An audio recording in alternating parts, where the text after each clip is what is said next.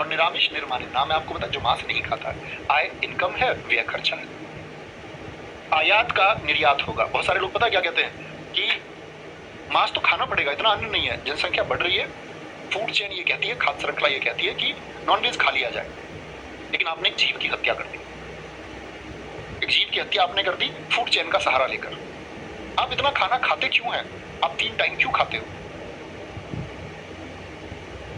अगर सब लोग अपने खाने का बैलेंस बनाए, कहते आपके जीवन के लिए 24 कोर भोजन यदि तुम दिन में कर लो, 24 टुकड़े, और उनको बोलते टुकड़े को 36 बार यदि आप चबा रहे हैं तो 3 बार के खाने के बराबर ऊर्जा देगा। 24 कोर मतलब 24 टुकड़े, छोटे टुकड़े, कोर कह रहा हूँ, ऐसा नहीं आधी रोटी का एक टुकड़ा बना लिया खा लिया। तो 24 कोर पर्याप्त है, और पूरी दुनिया अगर उस संतुलन को बनाए तो अन्न काफी है।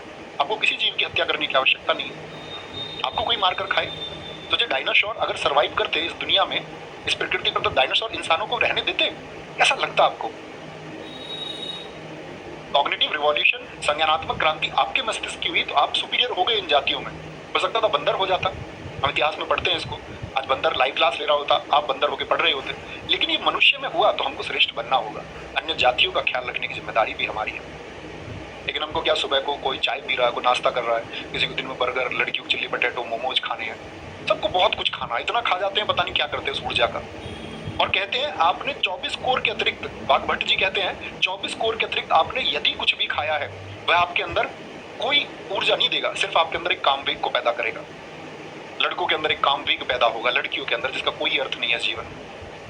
कामोत्तेजना से मनुष्य अपना जीवन खराब ही करता है, बेहतर नहीं करता। ब्रह्मचर्य तक तो बिल्कुल ना खाए, 25 की उम्र, तो शादी हो गई है तो भैया फिर कामवेग आवश्यक है पुत्र प्राप्ति के लिए, तब तो ठीक है थोड़ा अतिरिक्त खाना खाया जाए, अदरवाइज तो कोई अर्थ नहीं। ठीक है, तो ऐसे कोई उदाहरण आपको दे कि फूड चेन है ये, नहीं तो संकट आ जाएगा अन्न का। आप समझाना इतना अन्न खाते ही क्यों हो? तुम्हारी कसम मैं एक ही टाइम खाना खाता हूँ, और पिछले कई सालों से मैं एक टाइम खाना खा रहा हूँ। मुझको नहीं लगता कि कहीं भी कोई ऊर्जा की कमी है और अतिरिक्त खाने की आवश्यकता है। सुबह चुनी हुई चीजें, थोड़ी मूंगफली, थोड़े चने, और फिर शाम को 2 रोटी, अपना परफेक्ट यही है। 10 घंटे 12 घंटे दिन में पढ़ाना, पढ़ा देंगे, कोई दिक्कत नहीं, कभी दिक्कत नहीं होती। नेवर। आयात, इंपोर्ट, चीजों को मंगाना, निर्यात से बैठ के चलना। दिव्यांग अंगों से हो सकते हो, लेकिन हौसला इस दुनिया में सबसे बड़ी चीज है। आपका जीवन थोड़ा कठिन होगा मित्र, परेशानियां ज्यादा होंगी आप लोगों को, ऐसे सभी लोगों को परेशानियां होती हैं, लेकिन यही संघर्ष है। सब कुछ आसान हो जाए, सब कुछ फेवर में हो जाए, भाग्यांक एक होकर अंबानी के घर में स्वस्थ शरीर के साथ जन्म मिल जाए, बहुत बड़ा जीवन नहीं। बिना संघर्षों के कैसा जीवन? ठीक है। उन्नति का अवनति मैं बता चुका, अवनति का उन्नति एक ही। शुरुआत में 10वीं और 12वीं की परीक्षाओं तक में फेल हो गए, औसत से भी निचले स्तर के छात्र थे, उन्होंने बहुत बड़े मुकाम हासिल किए। यूपीएससी तक की परीक्षाएं, या बिजनेस के क्षेत्र में वो लोग बहुत आगे गए, पॉलिटिशियन बने बड़े। तो बात यह है कि जो ऊर्जा जिस समय आवश्यक है वो वहां लगाते हैं कि नहीं। अब ऐसे नहीं कि जी मैं भी ऐसे ही हो जाऊंगा, बात है कि आप उतनी एनर्जी दे पाएंगे कि नहीं। तो अपनी प्रतिभा आपको हर समय निखारनी है। आप बहुत बेहतर जीवन में कर सकते हो, लेकिन वो बेहतर करने का जो समय है उसको हम कहीं दे देते हैं। हम दूसरे लोगों के स्टेटस देख रहे हैं, स्टोरी चेक कर रहे हैं, कोई अर्थ नहीं बनता। सीमित समय के लिए चलाइए, ठीक है, कोई दिक्कत। एकत्र, इकट्ठा, विकीर्ण, बिखरा हुआ, ओजस्वी, जिसमें बहुत चमक हो। कोई आपको व्यक्ति ऐसा मिलेगा जिसके मस्तक में बहुत चमक हो। महात्मा बुद्ध का मस्तक बहुत चमकता है, हमारे ईश्वर भगवान जी के उनके मस्तक बहुत चमकते हुए दिखाए गए। निस्तेज, जिसमें कोई तेज ही नहीं है, कोई ऊर्जा ही नहीं है। और ऊर्जा एक ऐसी चीज है वो दूसरे तक पहुंचती है। आप अगर बहुत सकारात्मक है तो सामने वाला इंसान सकारात्मक हो जाएगा, स्वयं ही हो जाएगा। आप नकारात्मक है और सकारात्मक होने का प्रयास करेंगे तब भी सामने वाला आदमी नकारात्मक ही रहेगा। आपके पास से क्या एनर्जी फ्लो हो रही है, इसका बहुत बड़ा महत्व है। ओतप्रोत, घिरा हुआ, काट के रिश्वत ले रहे हैं लोग, और रिश्वत लेने के बाद में फिर क्या करते हैं, भगवान जी के आगे हाथ जोड़ते हैं। पता नहीं क्यों कर रहे हैं। अच्छा इंसान बन जाओ तब भक्ति करो तो मजा भी है। गलत काम के साथ भक्ति कर रहे हो तो गलत है। परलोक की इच्छा है किसी को, स्वर्ग जाना चाह रहे हो, उस लोक, पराई लोक, यही लोक, यह लोक, ये अपने आप इसको स्वर्ग बना सकते हैं, यह लोक। उतनी पॉजिटिविटी आपके अंदर होनी चाहिए। इप्सित, चाहा हुआ।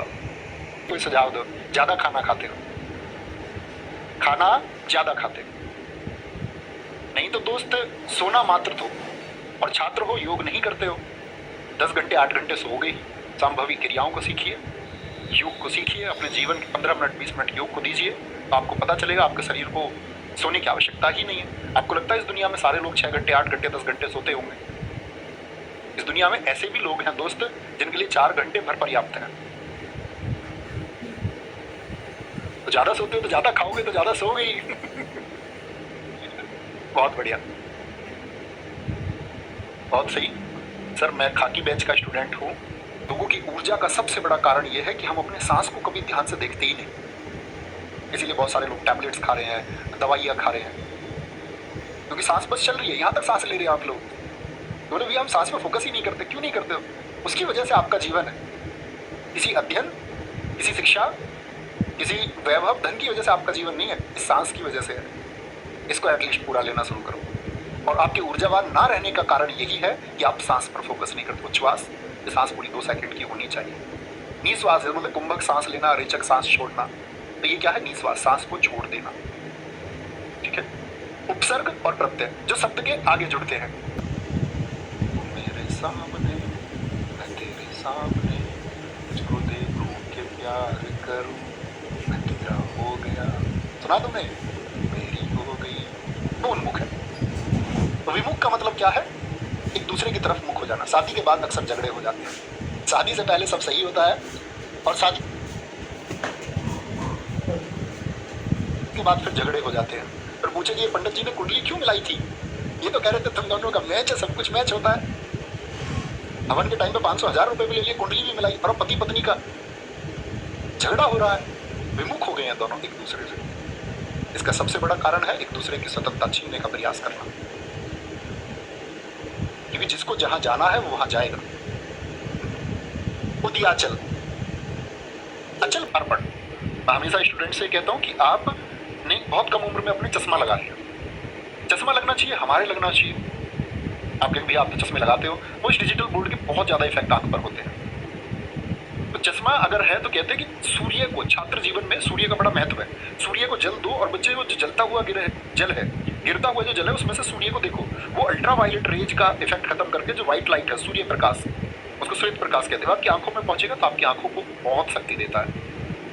हमारी आंखें एल्कलिनिटी बढ़ जाती है, अम्लता बढ़ जाती है, आंखें इसलिए कमजोर होती है। हर छात्र को सुबह उगते हुए सूर्य को जल देना चाहिए, क्योंकि पूजने लायक चीज वही है जो प्रकृति, जिसकी वजह से आपका जीवन है। तो अर्पण का मतलब होता है देना, जल अर्पण करना, फूल अर्पित कर दिए,